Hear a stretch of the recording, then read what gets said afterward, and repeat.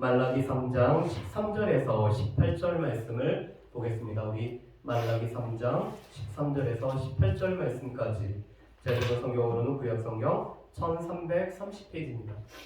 말라기 3장 13절부터 18절 말씀까지 다 찾으셨으면 한 절 한 절 교독하시도록 하겠습니다.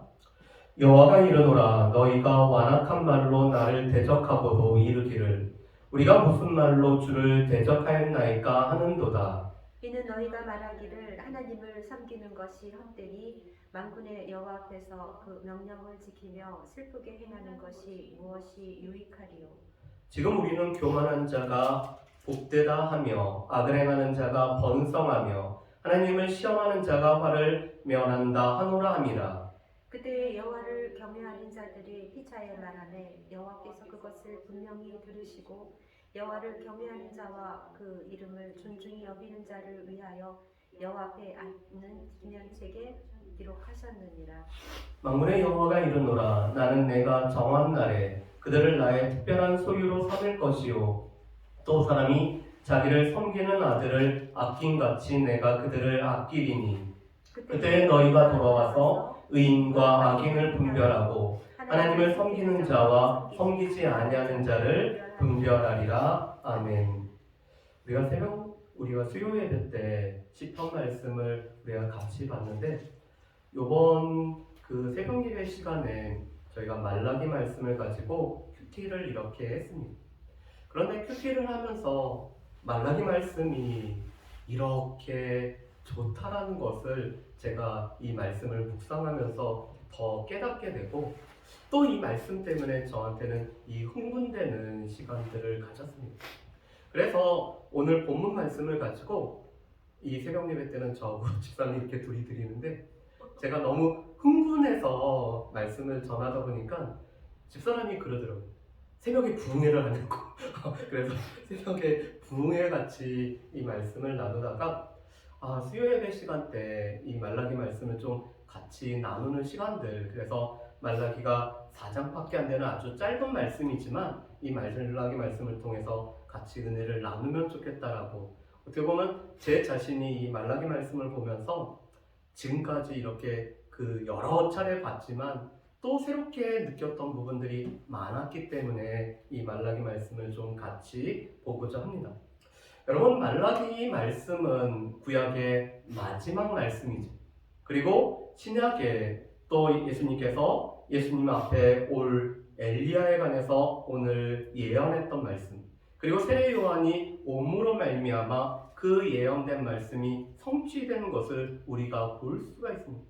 그렇기 때문에 말라기는 구약과 신약을 연결해주는 이 브릿지와 같은 역할을 해주는 말씀이 실은 이 말라기의 말씀이죠. 그리고 우리가 잘 아는 것처럼 이 말라기 이후로 하나님께서는 400년 동안 이스라엘 백성들에게 침묵하는 시기를 갖습니다.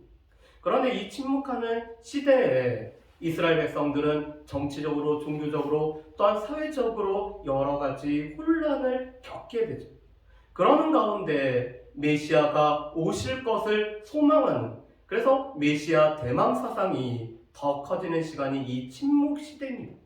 그래서 갈라디아서 4장 4절 말씀에 보면은 때가 참에 예수께서 율법 아래 나셨음으로 말미암아 이 메시아 대망 사상이 그 가득 찬 그것으로 말미암아 때가 찼을 때 예수님이 오셨음을 이렇게 선포를 하고 있죠. 자, 그런 이렇게 구약과 신약을 연결해 줄 뿐만 아니라 오늘 구약의 마지막 말씀인 이 말라기라는 이 이름 뜻이 나의 사자라는 뜻을 가지고 있습니다. 그래서 3장 1절 말씀에 보면은 하나님께서 내 사자를 보내리니라는 이 말씀처럼 말라기는 하나님의 사자예요. 그래서 학자들은 이 말라기가 개인의 이름일까 아니면 선지자의 명칭일까 오늘 혼란스러워하기도 합니다. 그리고 보통 여호와의 사자 또한 여호와의 종 이런 식으로 표현이 되기 때문에 아마 이 말라기는 어렸을 때는 말라기야로, 그래서 여호와의 종으로 오늘 이 살았던 사람이 오늘 이 말씀에는 그 하나님께서 보내셨다는 뜻으로 나의 사자라는 이름을 가지고 오늘 이 말라기 말씀을 오늘 우리에게 선포한 사람으로 이렇게 보고 있습니다. 그런데 이 말씀을 듣는 대상들이 또한 중요하죠. 이 말씀을 듣는 대상은 바벨론의 포로로부터 귀환한 백성들이 이 말씀을 듣는 사람들입니다. 그래서 그들은 어떻게 보면 삶의 여러 가지 것들을 포기하고 이 고레스 조서에 따라서 하나님 앞에 오늘 하나님의 전을 짓고 예루살렘 성벽을 재건하고 하나님 앞에 자신의 삶을 드리기 위해서 왔던 사람들이 오늘 이 말씀을 듣는 대상이 되는 거죠.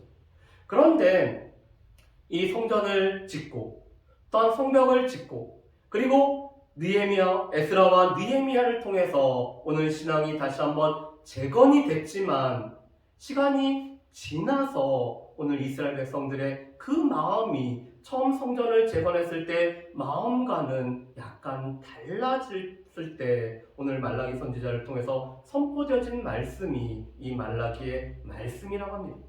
자, 그렇다면 이 말라기 말씀의 주제는 이렇게 크게 볼 수가 있을 것 같아요. 변함없으신 여호와의 사랑. 이스라엘 백성들은 하나님께서 우리를 사랑하는지 그들이 물어보죠. 그런데 여호와께서는 변함없이 이스라엘 백성들을 사랑하신다고 말씀하시고요.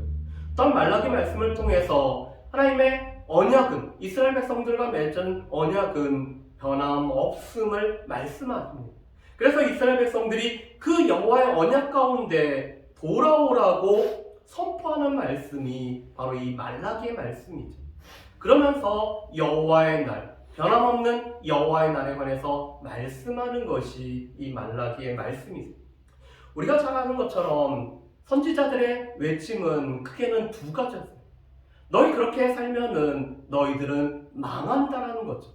너희의 삶을 하나님의 언약을 어기고 하나님의 언약을 떠나버리면은 너희들은 심판을 받고 너희들은 끝내는 징계를 받아서 너희는 망한다라고 선포를 하죠.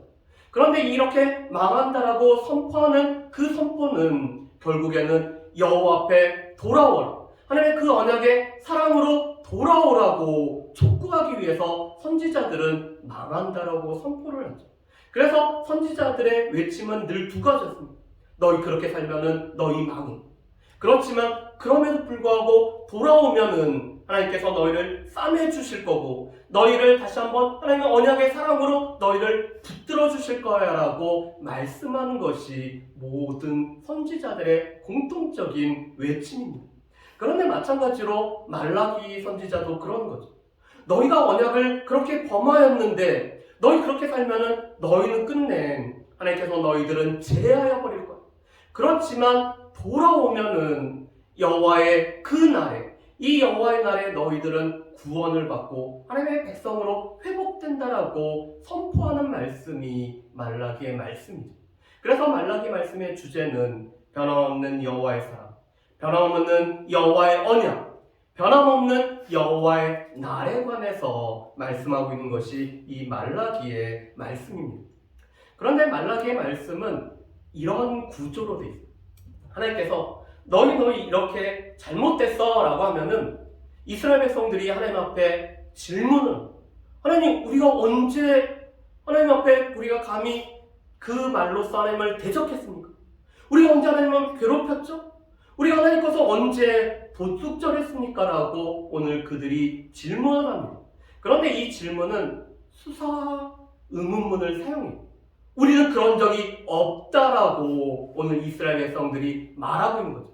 하나님께서는 너희가 말로써 나를 대적하고 있어, 너희가 나의 것을 도둑질했어 라고 선포하면은 이스라엘 백성들이 하나님 저희가 언제 하나님을 괴롭혔는데, 저희가 언제 하나님의 것을 도적질했는데, 하나님 저희가 언제 말로써 하나님을 대적했습니까? 라고 우리는 그런 적이 없다라고 수사의문문으로 오늘 하나님 앞에 그들이 이야기하죠. 그러면 하나님께서는 너희가 이렇게 했어라고 설명하는 형태로 말라기서 말씀이 구성되어 있습니다.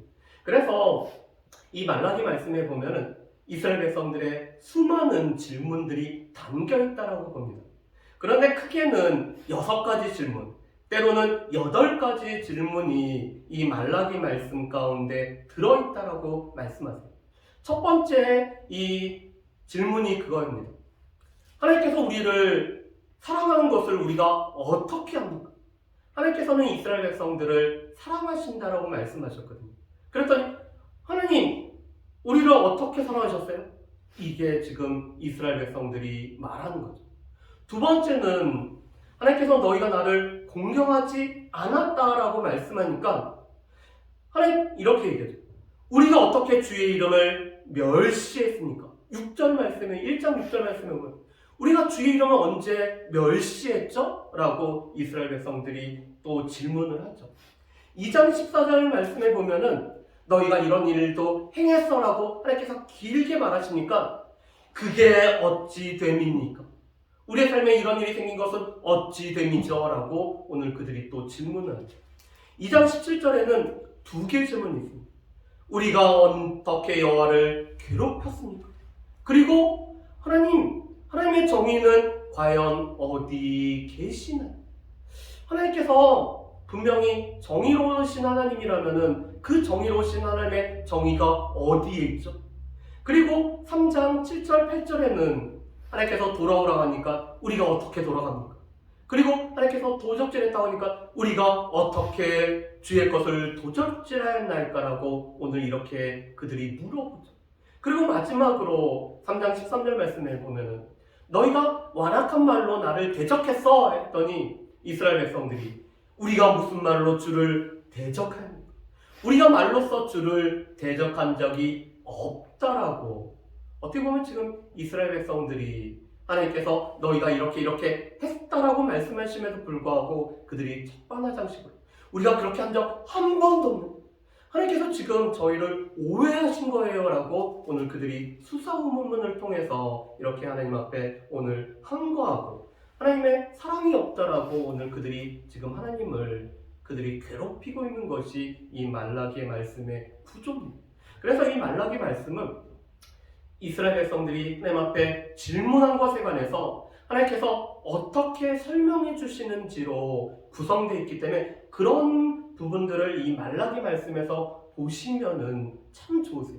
예를 들어서 우리가 이제 다음 주에 보겠지만 하나님께서 이스라엘 백성들을 사랑했다고 하니까 어떻게 하나님께서 우리를 사랑하셨죠? 라고 하면은 하나님께서 야곱과 에서를 들어서 하나님의 주권적인 선택과 또 하나님께서 이스라엘 백성들이 생존하고 있는 지금의 모습 자체가 하나님께서 이스라엘 백성들을 사랑하셨음을 오늘 말라기 선지자를 통해서 하나님이 논증을 하고 있습니다.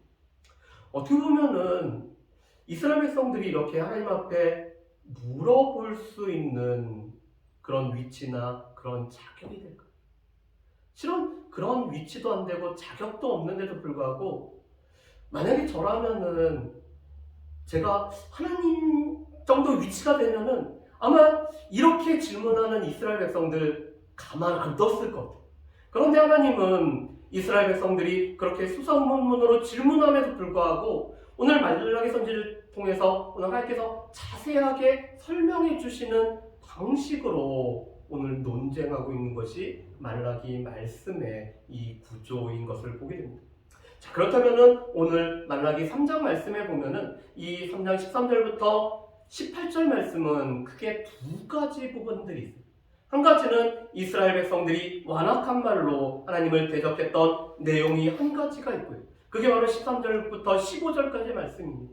그리고 16절부터 18절 말씀은 여호와를 경외하는 자.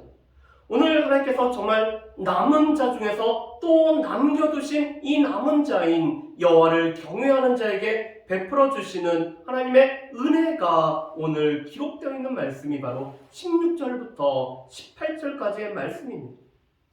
먼저 하나님께서는 이렇게 말씀하죠. 너희가 완악한 말로 나를 대적하였다. 그런데 이 말씀을 문자적으로 하면은 너희의 이 다친 굳은 이 말이 나에게 부딪혔다라고 오늘 하나님께서 말씀을 하고 있어요. 오늘 이스라엘 백성들은 딱딱히 굳은 마음 가운데 오늘 그들이 또한 무엇보다도 하나님 앞에서 오늘 굳은 상태 가운데서 오늘 하나님 앞에 그들이 말로써 하나님을 대적을 하고 있다라고 오늘 하나님께서 말씀을 하고 계십니다. 그랬더니 이스라엘 백성들이 또 이렇게 질문하는 거예요. 우리가 어떻게 하나님 앞에 우리가 어떻게 하나님을 말로써 대적을 했습니까? 그랬더니 하나님께서 두 가지로 말씀하신 거예요. 첫 번째로는 너희가 하나님을 섬기는 것이 헛되다라고 하는 그 말이 지금 나를 대적하는 것이라고 오늘 하나님께서 말씀을 하고 계시죠. 지금 이스라엘 백성들은 그들이 속으로든지 아니면 두세 사람이 모여서든지 그들이 공경하게 우리가 여호와를 섬기는 것이 우리 가운데 무슨 유익이 있느냐라고 오늘 그들이 말을 하고 있습니다. 왜냐면은 24절 하반절 말씀에 보면 이렇게 되죠. 하나님을 섬기는 것을 이렇게 말씀합니다. 만군의 여호와 앞에서 그 계명을 지키니. 지금 이스라엘 백성들은 그 조상과는 다르게 하나님의 말씀을 지켰다라고 그들이 자부를 하고 있었거든요.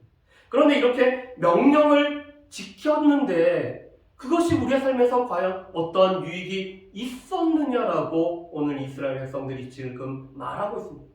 그리고 두 번째로는 슬프게 행하는 것이 무엇이 유익하냐? 이 슬프게 행한다는 것은 금식한 것을 말합니다. 이스라엘 백성들은 이 바벨론 포로 때부터 그들이 날을 정해서 하나님 앞에서 금식하는 날들을 가졌습니다. 이 금식을 하면서 그들이 마음을 슬프게 하고 또 오늘 몸을 괴롭힘으로 말미암아 우리가 하나님 앞에 돌아간다는 것을 그들이 나타내고 있었습니다. 그런데 그렇게 한 것이 우리 가운데 과연 무슨 유익이 있느냐라고 그들이 말을 한 것은 결국 하나님을 괴롭힙니다. 두 번째로는 오늘 이스라엘 백성들이 이 주변에 있는 사람들의 이 번성함 때문에 오늘 이 악인들의 번성함을 부러워하는 말이 지금 하나님을 괴롭히고 있습니다. 15절에 이렇게 얘기하죠. 지금 우리는 교만한 자가 복되다 하며 악을 행하는 자가 번성하며 하나님을 시험하는 자 화를 면한다 하노라.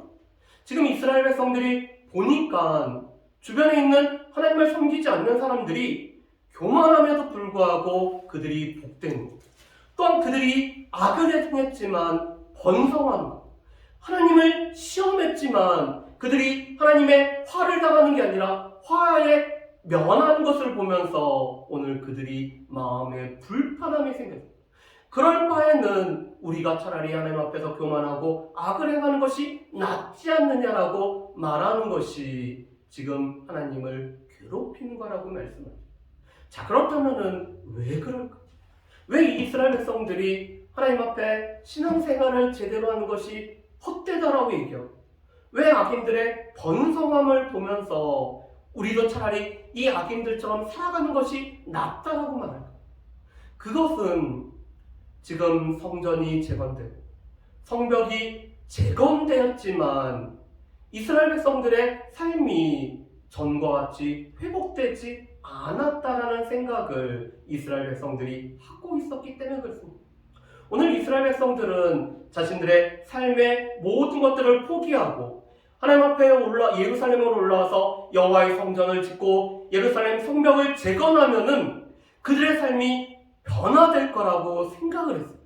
그런데 이스라엘은 아직도 독립을 하지 못하는 상황에 페르시아의 속국으로 남아있었어요. 그들이 생각하기엔 이랬죠. 우리가 여호와 앞에 성전도 재건하고 그곳에서 예배도 드리고 예루살렘의 성벽을 재건하면은 하나님께서 우리가 한 것에 보응하셔서 우리를 이 페르시아 바사의 제국으로부터 우리를 독립시켜서 우리가 이제는 자유롭게 살아갈 수 있다고 생각을 했는데 여전히 이스라엘 백성들의 삶의 모습은 전하고 별반 차이가 없다라는 것이 이스라엘 백성들이 갖고 있는 지금 고민입니다. 그리고 주변에 있는 이방인들, 이 민족들을 보니까 그들은 하나님을 두려워하지도 않고 하나님 앞에서 오늘 교만하고 악을 행함에도 불구하고 그들이 잘 살아가는 것을 보니까 과연 하나님을 섬기는 게 하나님을 위해서 시간을 드리고 물질을 드리고 우리가 꼬박꼬박 예배를 드리고 제사를 드리는 것이 우리 가운데 무슨 유익이 있을까라는 이런 생각을 지금 이스라엘 백성들의 돌아온 사람들이 가졌기 때문에 그렇습니다. 그런데 이런 이스라엘 백성들의 모습은 어떻게 보면은 저희의 모습에서도 보이죠. 저희에게서 하나님, 저희가 하나님 앞에 여기까지 헌신하고 이렇게 섬겼는데, 하나님, 제가 하나님 앞에 물질 드리고 시간 드리고 마음을 드리고 제 삶을 드린 거, 하나님, 그게 저한테 어떻게 하나님께서 갚아주셨죠? 라고 저희가 때로는 우리의 본전을 생각할 때가 있죠. 내가 하나님 앞에 이만큼 했으면은, 내가 하나님 앞에 100을 했으면은 하나님께서 100, 아니 100보다 더 많은 200을 주실 거라 생각하는데, 우리의 삶은 여전히 50밖에 안 되면은 과연 내가 하나님 앞에 이렇게 헌신한 것이 무슨 소용이 있을까라는 생각을 우리가 갖습니다. 그리고 이 땅에서 보면은 하나님을 섬기는 자보다 하나님 앞에 섬기지 않고 부정한 방법을 쓰고 이 잘못된 방법을 온갖 수단을 쓰는 사람들이 때로는 형통한 모습을 보면은 우리 마음 가운데 질시함이 생기죠. 그래서 시편 73편이 우리가 잘 알고 있는 아삽의 고백입니다. 악인들의 형통함을 보고 마음의 질시하여서 내가 미끄러질 뻔했다라고 오늘 얘기해요. 왜냐하면 그들이 악을 행함에도 불구하고 하나님의 심판이 임하는 것 같지 않고, 악인들은 죽을 때까지도 그들이 건강한 채 오늘 건강함을 유지하는 걸 보니까, 하나님이 살아계신다면, 하나님의 정의가 있다면 왜 저 악한 자를 남겨두십니까? 라는 그런 고민을 아삽이 하고 있는데, 그런 고민을 지금 이스라엘 백성들이 동일하게 하고 있다.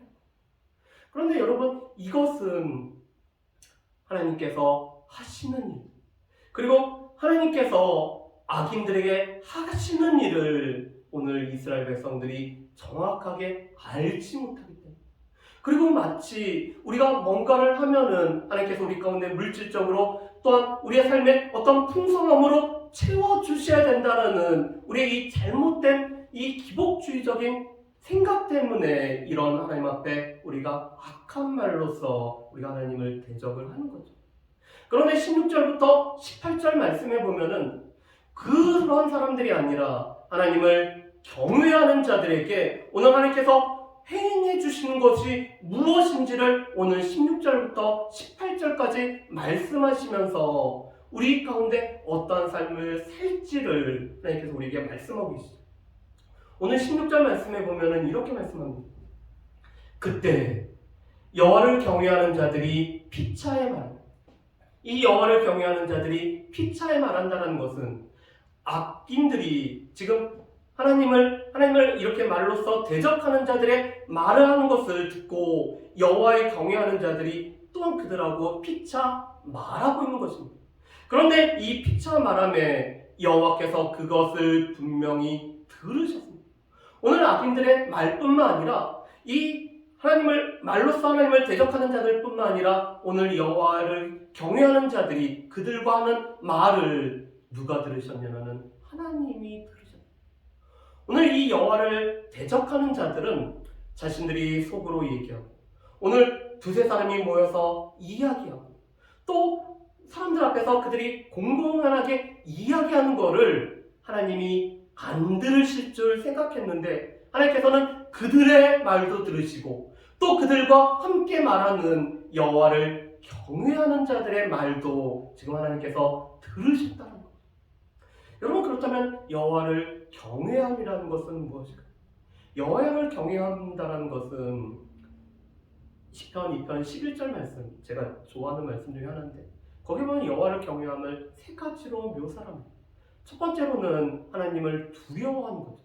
왜냐하면 하나님은 창조자가 되시고 우리는 하나님의 피조물이기 되기 때문에 그 어미하신 하나님 앞에서 우리가 갖게 되는 두려움을 경외함의 하나의 요소라고 하죠. 그래서 우리가 하나님을 경외한다는 것은 하나님이 창조주시기 때문에, 또 하나님께서 나의 삶을 주관하시는 분이기 때문에 그 하나님을 두려워하는 마음을 우리가 갖고 있는 것이 여호와를 경외하는 거죠. 그리고 여호와를 경외한다는 것은 두 번째로 여호와를 즐거워하는 것이라고 말씀합니다. 창조주이시지만 우리에게 사랑을 베풀어 주시는 또한 우리의 아버지가 되시기 때문에 그 하나님 앞에서 우리가 즐거움을 갖고 있는 것이 여호와를 경외합니다. 그리고 세 번째로는 그 두려움과 즐거워하는 마음을 가지고 하나님 앞에서 우리의 시간과 우리의 생각과 우리의 마음을 들여서 하나님을 섬기는 것을 보고 여호와를 경외함이라고 말씀합니다. 그래서 여호와를 경외함이라는 것은 우리 하나님을 두려워할 뿐으로 우리가 알고 그러면서 동시에 하나님을 우리가 즐거워하는 영원토록 영원히 즐거워할 뿐으로 알 뿐만 아니라 이 두려움과 즐거움 가운데서 하나님을 섬기는 것이 바로 여호와를 경외하는 자. 그리고 시편 128편에서는 그런 여호와를 경외하는 자는 주의 말씀의 길로 행하는 자가 바로 여호와를 경외하는 자라고 말씀합니다. 그런데 여호와를 경외하는 자를 위해서 오늘 16절 하반절 말씀에 보면은 이렇게 말씀하세요. 여호와 앞에 있는 기념책에 기록하소. 그럼 구약에 유일하게 나와 있는 기념책이라는 것이 있어요. 우리 출애굽기 32장 말씀에 보면은 모세가 이스라엘 백성들이 이 금송아지 사건 때문에 하나님 앞에서 오늘 그들이 다 멸할 수밖에 없는 이 범죄를 저질렀을 때 오늘 모세가 하나님 앞에 중보자로서 나아가면서 하나님 이스라엘 백성들을 제발 용서해 주시되 제 이름을 생명책에서 빼주시더라도 이스라엘 백성들을 용서해 달라고 요청을 하죠. 또한 우리 빌립보서 4장 2절부터 보면은 이 빌립보 교회에 기둥같이 쓰임을 받았던 유오디아와 순두계라는 이 여자 집사님들이 마음이 안 맞아서 다투고 있습니다. 그런데 바울은 3절 말씀에 보면은 그들의 이름이 생명책에 기록되었다라고 말씀합니다. 그러니까 구약과 신약에 보면은 하나님께서는 이 하나님의 생명책, 하나님께서 구원받은 백성들을 기록하는 생명책이 있죠. 그래서 요한계시록에 보면은 우리의 이름이 이 생명책에 기록됨을 말씀을 하고 있습니다. 그런데 동일하게 하나님께서 기억하시는, 하나님께서 기념하시는 책에 누구를 기록하냐면은 여호와를 경외하는 자를 기록해 주신다는 말씀입니다. 지금 사람들은 말로써 우리가 하나님 앞에 신앙생활에도 아무 소용이 없고 차라리 하나님을 안 섬기는 저 사람들이 더 잘 되는 모습을 보니까 우리도 차라리 저 악한 사람들과 똑같아도 된다라고 하는 그들에게 우리가 그럼에도 불구하고 여호와를 경외하는 가운데 우리가 주의 이름을 높이는 자들을 하나님은 그들을 하나님의 기념책에 기록을 해두신다라고 말씀하셨어요. 그리고 오늘 17절에 보면은 하나님께서 또 두 가지로 이렇게 표현을 해주십니다. 우리 17절 말씀 우리 같이 한번 읽어보실까요? 같이 읽겠습니다. 만군의 여호와가 이르노라 나는 내가 정한 날에 그들을 나의 특별한 소유로 삼을 것이요 또 사람이 자기를 섬기는 아들을 아낀같이 내가 그들을 아끼리니 아멘. 여러분 이 내가 정한 날이 바로 여호와의 날입니다. 그런데 이 여호와의 날은 우리가 4장 말씀에 보면 조금 더 깊게 보게 되지만 이 여호와의 날은 이스라엘 백성들이 늘 가지고 있던 이스라엘 백성들은 구원을 받고 이방인들은 심판을 받는다라는 것이 유대인들이 생각했던 여호와의 날이었습니다.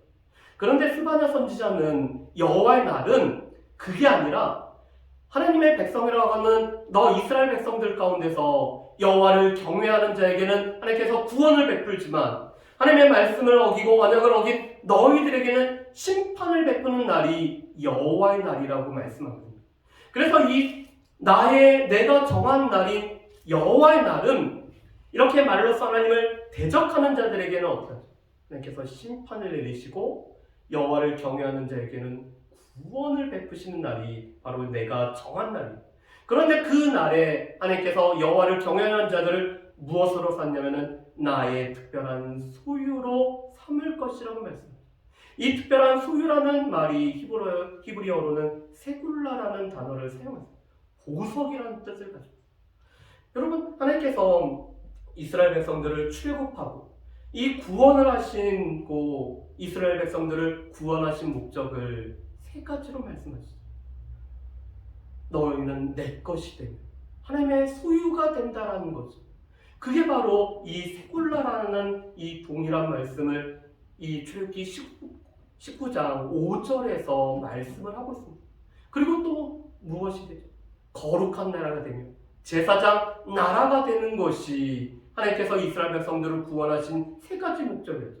하나님의 것으로, 하나님의 소유로 삼는, 하나님께서 특별한 보석으로 삼는, 세계가 다 하나님 앞에 속했지만 그 중에서 이스라엘 백성들을 하나님의 특별한 소유로 삼는, 하나님께서 특별한 보석으로 삼는 것이 하나님께서 구원하신 첫 번째 이유죠.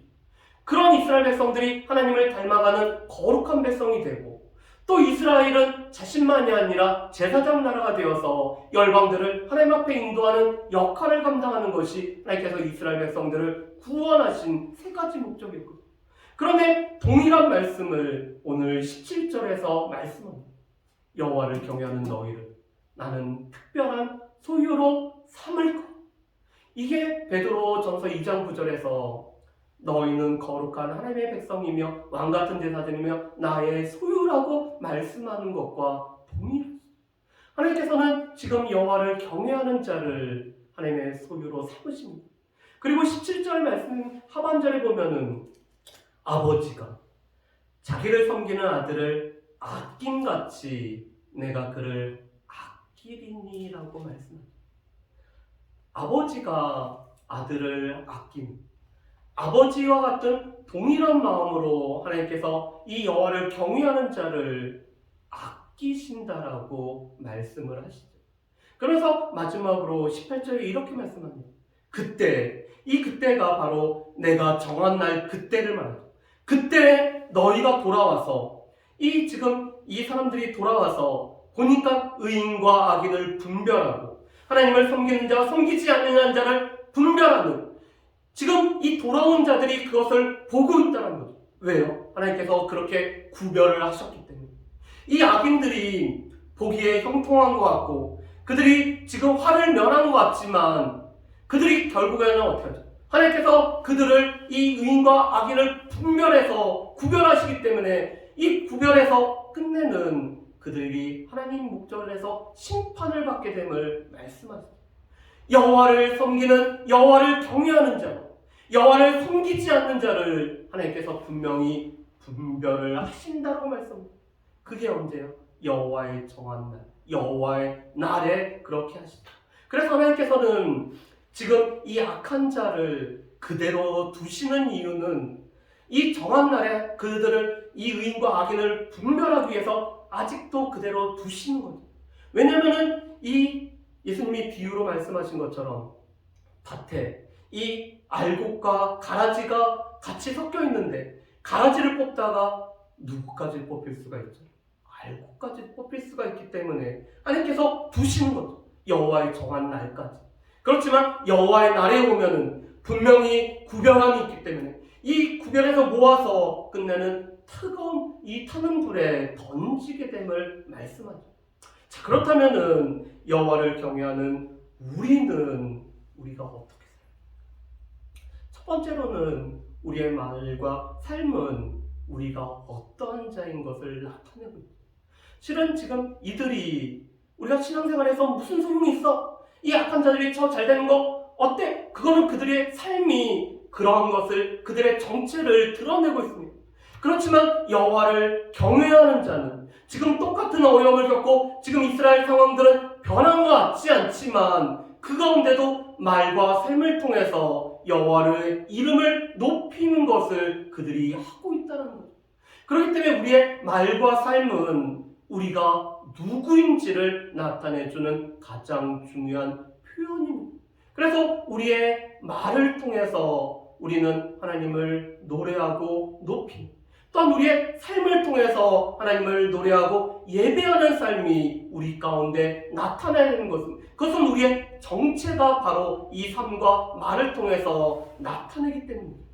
두 번째로는 악인들의 형통을 우리가 부러워하지 말 거는 여호와의 정한 날에 그들을 모아서 하나님은 그들이 심판하고 우리는 그들의 결국을 알고 있기 때문에 이 악한 자들이 지금 잘 지내고 그들이 형통한 것처럼 보인다라고 해도 그것을 우리가 부러워하지 말아야 됨을 우리가 알 수가 있죠.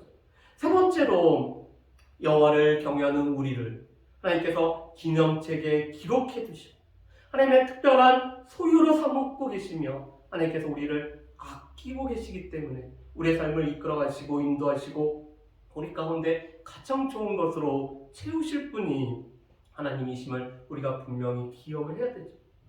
마지막으로 하나님께서는 분명히 의인과 악인 또한 하나님을 섬기는 자와 섬기지 않는 자를 분별하는 이 여호와의 날이 있다는 것, 여호와의 정한 날이 있다는 사실을 우리가 분명히 기억하면서 살아갈 수 있는 저 여러분들 되시기를 주님의 이름으로 축복합니다. 그래서 오늘 실은 이 말씀 때문에 저에게는 그래서 저희가 찬양했던 두 개의 찬양이 그래서 이제 제가 이걸 선택을 하게 됐습니다. 그의 생각은 셀 수 없고 그의 자비는 무궁한